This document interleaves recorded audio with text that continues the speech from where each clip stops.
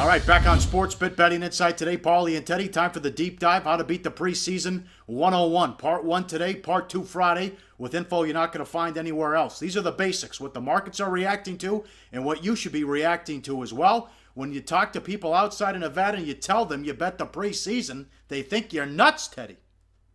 And it's baffling to me. What's the difference between a preseason bet and a regular season bet?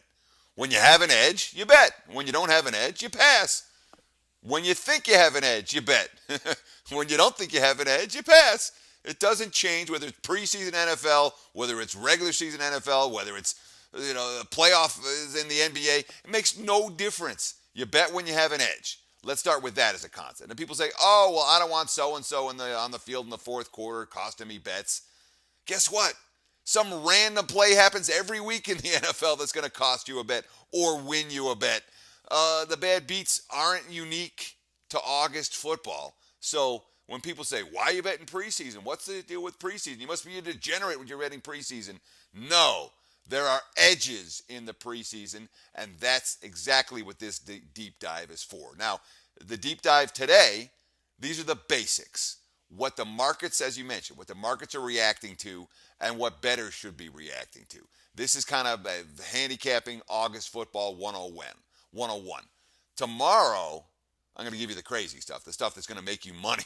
But for today, let's talk about what the markets are looking at and what you should be looking at, especially if you're a newbie when it comes to betting preseason football. Number 1, don't confuse teams' regular season capabilities with their preseason goals. Yeah, I mean, it's real simple.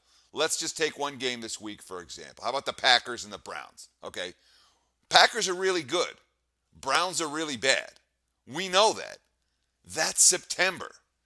In August, it's a field goal game, maybe. Green Bay, very little to prove in the month of August. No real quarterback battles in the month of August. Not many positional battles in the month of August.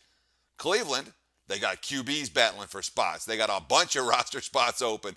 Everybody's battling for a starting job. There's a lot more for Cleveland to prove in August than Green Bay, and that's just one example. So don't ever think that just because someone's going to be good next month, that they're going to be good this month, or vice versa. Number 2, do your homework. Find accurate local news sources. Yeah. I mean, you're going to find so much bad information about who's going to play in the preseason. And the mainstream media is always interested in the fantasy guys. What starting wide receiver is going to sit out today when he was only going to play 2 series anyway and be out of the field, off the field by the second quarter? Remember, the majority of point spread outcomes are decided after halftime. So if you want to win in August, you got to find out who's going to be in the game during this crucial time. You want teams that have second stringers or third stringers getting as much second half playing time as possible.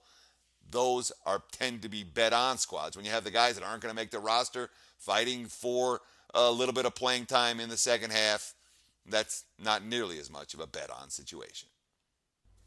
Number 3, know your quarterback rotations.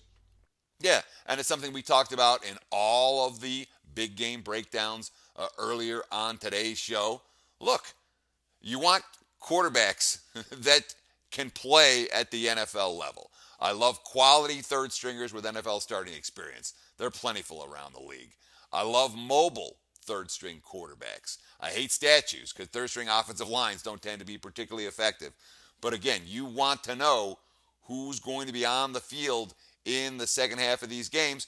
And look at the picture. Derek Anderson and Joe Webb are going to play after Cam Newton for the underdog Panthers in Baltimore tonight. 2 examples of guys who tend to be bet on QBs in the month of August. Yes. Number 4, very important. Know your coaches. Who wants to win? Who doesn't care? Yeah, sure. And again, this can change over time. But the guys that I'm going to mention here, they've got track records already. Look, Mike Zimmer, he's got a track record. He wants to win games in August. The Vikings have been bet on all the way in Mike Zimmer's 2 years as a head coach. Mike Tomlin cares about winning in August. You have a game in the fourth quarter, Tomlin's going to pull out the stops. Doesn't matter if his 8th string quarterback's in there. He's going to try to find a way to win it. Then you get a coach like Jason Garrett, let's say, for Dallas, and he could give two shits if the Cowboys win or lose. He's secure in his job. He could care less about he's much more worried about injuries, especially given Dallas's recent history with injuries. Garrett doesn't care one iota about winning in August. Doesn't mean you bet against him every game, but it means that you look for spots to be betting on the bet on guys and against the bet against guys. Last one. Bet facts, not opinions. Yeah, and this is as simple as it gets. In the regular season, I'm going to bet on games where I feel the betting markets are giving one team too much credit or another team not enough credit. Those are my opinions, and opinions that I feel are strong enough to risk my money to bet on. In the preseason, I don't want opinions. I want information. Information and information only. In most cases, the coaches themselves are nice enough to tell me exactly what they intend to do.